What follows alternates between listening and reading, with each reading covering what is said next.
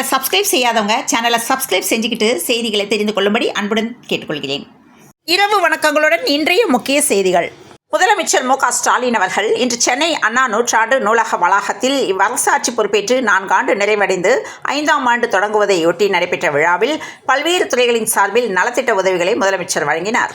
சிவகங்கை திருப்புவனம் அருகே கிலாத்திரியில் கரையான் அரித்த 1 லட்சம் ரூபாய் நோட்டுகளுக்கு ஈடாக பணம் பெற்றுத்தர கலெக்டரின் முயற்சியால் முன்னோடி வங்கியினர் ரிசர்வ் வங்கிக்கு அனுப்ப முடிவு செய்துள்ளனர். பூந்தமல்லி பகுதியில் செயல்பட்டு வரும் ஒரு தனியார் நிறுவனத்தில் பணியாற்றி வந்த பெண் ஊழியர் ஒருவரை உன் வண்டி வேணும்னா ஹோட்டல் ரூமுக்கு வா என்று செமத்தியாக சிக்கிய குற்றப்பிரிவு காவலர். இருசக்கர வாகனம் காணாமல் போன சம்பவத்தில் புகார் அளிக்க வந்த பெண்ணை காவலர் ஒருவர் உல்லாசத்திற்கு அழைத்தது கையும் களவுமாக சிக்கிய சம்பவம் பரபரப்பை ஏற்படுத்தியுள்ளது. சென்னை ஐகோர்ட் நீதிபதி ஜே சத்யநாராயண பிரசாத் மறைவையொட்டி முதலமைச்சர் மு க ஸ்டாலின் இரங்கல் தெரிவித்துள்ளார். மாமல்லபுரத்தில் வருகிற 11ஆம் தேதி சித்திரை முழுநிலவு மாநாடு நடைபெறவுள்ளதால் பொதுமக்கள் ஈசிஆர், OMR சாலைகளை பயன்படுத்த வேண்டாம் என்று பாமக தலைவர் அன்புமணி தெரிவித்துள்ளார். தென்காசி மாவட்டத்தில் மாவட்ட கலெக்டர் அலுவலகம் மற்றும் தென்காசி மாவட்ட பாஜக தலைவராக இருந்து வரும் ஆனந்த் ஐயாசாமிக்கும் இன்று காலை மர்ம நபர்கள் இமெயில் மூலம் வெடிகுண்டு மிரட்டல் விடுத்துள்ளனர். திருப்பூர் அருகே மின் இணைப்பு வழங்க ரூபாய் 10,000 லஞ்சம் வாங்கிய மின் அதிகாரிகள் 2 லஞ்ச ஒழிப்புத்துறையினர் கைது செய்துள்ளனர். வடக்காடு கோவில் திருவிழாவில் சாதியம் மோதல் ஏற்பட்டுள்ளதால் அமைதி திரும்ப நடவடிக்கை எடுக்க வேண்டும் என சீமான் வலியுறுத்தியுள்ளார். ஆபரேஷன் சிந்தூர் இந்திய இஸ்லாமியர்கள் மீதான வெறுப்பாக மாறிவிடக்கூடாது என்று திருமாவளவன் கருத்து தெரிவித்துள்ளார். நடிகை லாவண்யா திரிபாதிக்கும் டோலிவுட் நடிகர் வருண் தேஜுக்கும் கடந்த 2023ஆம் ஆண்டு திருமணம் நடைபெற்றது. லாவண்யா திரிபாதி தமிழில் பிரம்மன், மாயவன் ஆகிய திரைப்படங்களில் நடித்துள்ளார். இந்த நிலையில் வாழ்க்கையின் மிக அழகான பகுதி என்று கர்ப்பமானதை திரிபாதி அறிவித்துள்ளார். நாடு முழுவதும் உள்துறை அமைச்சகம் சார்பில் 244 இடங்களில் போர்க்கால பாதுகாப்பு ஒத்திகை இன்று நடைபெறுகிறது. இவற்றில் சென்னையில் உள்ள கல்பாக்கம் துறைமுகம் ஆகிய 2 இடங்கள் தேர்வு செய்யப்பட்டுள்ளன. இந்தியாவில் கடைசியாக கடந்த 1971ஆம் ஆண்டு போர்க்கால ஒத்திகை மேற்கொள்ளப்பட்டது. அதன் பிறகு 54 ஆண்டுகள் கழித்து மீண்டும் இன்று போர்க்கால பாதுகாப்பு ஒத்திகை நடைபெறுகிறது. அதேபோல இன்று மாலை 4 மணி முதல் இரவு 9 மணி வரை இந்த போர்க்கால பாதுகாப்பு ஒத்திகை நடைபெறும் என மத்திய உள்துறை அமைச்சகம் தெரிவித்துள்ளது. இந்த போர்க்கால பாதுகாப்பு ஒத்திகையின் போது மின்சாரம் துண்டிப்பு, இணைய சேவை துண்டிப்பு, போக்குவரத்து மாற்றம் உள்ளிட்டவை நடத்தப்படும். குறிப்பாக வான்வழி தாக்குதலின் போது ஒலிக்கப்படும் சைரன் ஒலிப்புகளை எழுப்பியும் போர் ஒத்திகை நடைபெற இருக்கிறது என்று தெரிய வந்துள்ளது. ஒருங்கிணைந்த திறன் மேம்பாட்டு மையத்தை துணை முதலமைச்சர் உதயநிதி ஸ்டாலின் இன்று திறந்து வைத்தார். புதுக்கோட்டை மாவட்டம் கர்மக்குடியில் பிரசித்தி பெற்ற கருப்பர் கோயில் உள்ளது. இந்த கோயிலின் திருவிழா ஒவ்வொரு ஆண்டும் சித்திரை மாதம் நடைபெறுவது வழக்கம். அதேபோல இந்த ஆண்டிற்கான திருவிழா கடந்த 1 வாரத்திற்கு முன்பு காப்பு கட்டுதலுடன் தொடங்கி வெகு விமர்சையாக நடைபெற்ற நிலையில் கர்மங்குடி கருப்பர் கோயில் திருவிழாவை முன்னிட்டு பக்தர்களுக்கு இஸ்லாமியர்கள் பிரியாணி வழங்கியுள்ளனர். பாஜக, அதிமுக காழ்ப்புணர்ச்சி அரசியலை செய்து வருகிறது என்று செல்வ பெருந்தகை தெரிவித்துள்ளார்.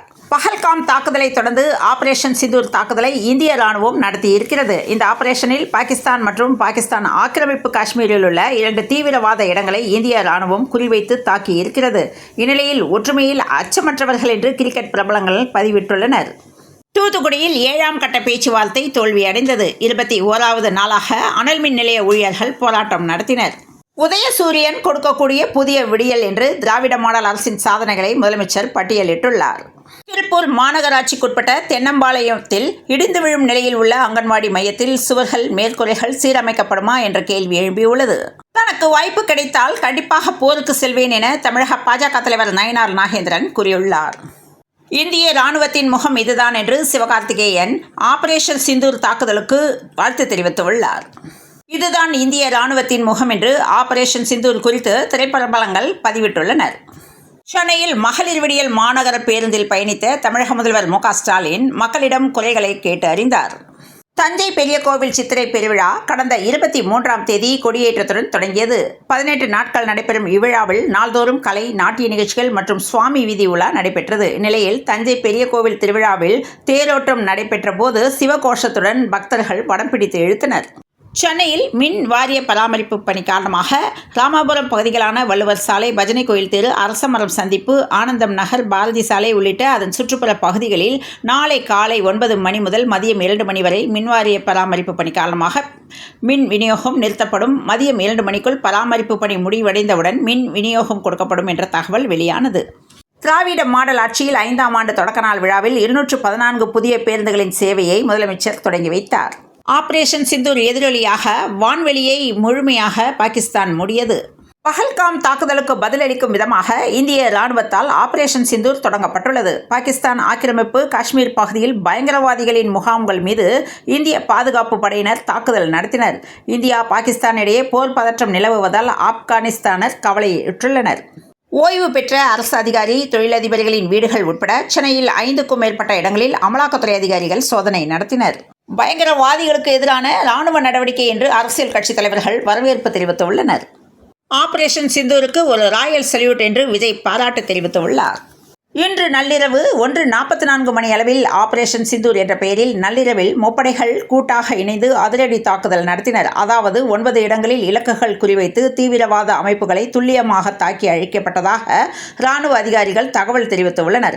இந்த தாக்குதலில் 26 தீவிரவாதிகள் உயிரிழந்ததாகவும் 60க்கும் மேற்பட்டோர் படுகாயம் அடைந்துள்ளதாகவும் தகவல் வெளியாகியுள்ளது. இந்நிலையில் இதுகுறித்து பல்வேறு அரசியல் கட்சி தலைவர்களும் கருத்து தெரிவித்து வருகின்றனர். அந்த வகையில் திமுக தலைவரும் தமிழக முதல்வருமான மு.க. ஸ்டாலின் எக்ஸ் சமூக வலைதளத்தில் வெளியிட்டுள்ள பதிவில், பயங்கரவாதத்திற்கு எதிராக இந்திய ராணுவத்துடன் தமிழ்நாடு துணை நிற்கிறது. நமது ராணுவத்துடன் நமது தேசத்திற்காக தமிழ்நாடு உறுதியாக துணை நிற்கிறது என்று தெரிவித்துள்ளார். இந்தியாவின் அமைதி பூங்காவாக தமிழ்நாடு திகழ்கிறது என்று அமைச்சர் பெரியசாமி தெரிவித்துள்ளார். சித்ரா பௌர்ணமியை முன்னிட்டு சென்னை உட்பட பல்வேறு ஊர்களில் இருந்து திருவண்ணாமலைக்கு 5932 சிறப்பு பஸ்கள் இயக்கப்பட உள்ளன.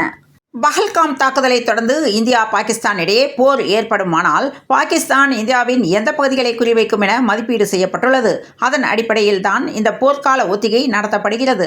அந்த வகையில் தமிழகத்தில் கல்பாக்கம் அணுமின் நிலையம் மற்றும் துறைமுகத்தில் தாக்குதல் நடத்தப்படலாம் என்று கணிக்கப்பட்டுள்ளது. புதிதாக கட்சி தொடங்கியவர்கள் முதல்வராக ஆசைப்படுவதா என திமுக தலைவரும் முதல்வருமான மு.க. ஸ்டாலின் பேசியுள்ளார். சபரிமலையில் ஐயப்ப சுவாமியை தரிசிக்க குடியரசுத் தலைவர் திரௌபதி முர்மு வருகையை தொடர்ந்து வரும் 18, 19ஆம் தேதிகளில் நிலக்கல் முதல் சன்னிதானம் வரை ராணுவ கட்டுப்பாட்டின் கீழ் கொண்டுவரப்பட்டுள்ளது. மேலும் அந்நாட்களில் பக்தர்களின் தரிசனத்துக்கு தடை விதிக்கப்பட்டுள்ளது. டெஸ்ட் கிரிக்கெட் போட்டியிலிருந்து ஓய்வு பெறுவதாக இந்திய வீரர் ரோஹித் சர்மா அறிவிப்பு வெளியிட்டுள்ளார். விடை பெறுகிறேன், அன்பிற்கும் ஆதரவிற்கும் நன்றி என்று ஓய்வை ரோஹித் சர்மா அறிவித்துள்ளார். கொல்கத்தா நைட் ரைடர்ஸ் மற்றும் சென்னை சூப்பர் கிங்ஸ் அணிகளுக்கிடையேயான போட்டி ஈடன் கார்டனில் நடந்து வருகிறது. இந்த போட்டிக்கான டாஸை கொல்கத்தா அணியின் கேப்டன் ரஹானே வென்றார். முதலில் பேட் செய்யப்படுவதாக அறிவித்துள்ளார். டாஸில் தோனி பேசுகையில், இங்கே கொல்கத்தாவில் நான் நிறைய போட்டிகளில் ஆடியிருக்கிறேன் என்றும் கொல்கத்தாவும் என்னோட சொந்த ஊர்தான் என்று ஈடன் கார்டனில் நெகிழ்ச்சியாக தோனி தெரிவித்துள்ளார். சென்னையில் இன்று 22 கேரட் ஆபரண தங்கத்தின் விலை ஒரு சவரன் 77,600 ரூபாய்க்கும், 1 கிராம் 9,075 ரூபாய்க்கும் விற்பனையானது. தமிழகத்தில் கோடை வெயில் வாட்டி வரும் நிலையில் கடந்த சில தினங்களாகவே பல இடங்களில் பகல் நேரங்களில் வெயிலும், மாலை மற்றும் இரவு நேரங்களில் பலத்த காற்றுடன் மழையும் பொழிந்து வருகிறது. அந்த வகையில் கோயம்புத்தூரில் இன்று காலை முதல் கோடை வெயில் வாட்டி வதைத்து வந்த நிலையில் இன்று மாலை திடீரென சூறைக்காற்று வீச தொடங்கியது. சுற்றியடித்த சூறைக்காற்றால் 4 மின் கம்பங்கள் சாய்ந்ததால் அங்கு பரபரப்பு ஏற்பட்டது. தமிழகத்தில் 13 மாவட்டங்களில் மழை பெய்ய வாய்ப்புள்ளதாகவும், தென்னிந்திய பகுதிகளின் மேல் வளிமண்டல கீழடுக்கு பகுதிகளில் கிழக்கு மற்றும் மேற்கு திசை காற்று சந்திக்கும் பகுதி நிலவுகிறது. இதன் காரணமாக தமிழகத்தில் ஒரு சில இடங்களிலும், புதுவை மற்றும் காரைக்கால் பகுதிகளிலும் இடி, மின்னல் மற்றும் பலத்த காற்றுடன் கூடிய மணிக்கு 40 முதல் 50 கிலோமீட்டர் வேகத்தில் லேசானது முதல் மிதமான மழை பெய்யக்கூடும் என்று சென்னை வானிலை ஆய்வு மையம் தகவல் தெரிவித்துள்ளது. இத்துடன் இந்த செய்திகள் நிறைவடைந்தன. மீண்டும் நாளை காலை செய்தியில் சந்திப்போம். நன்றி, வணக்கம்.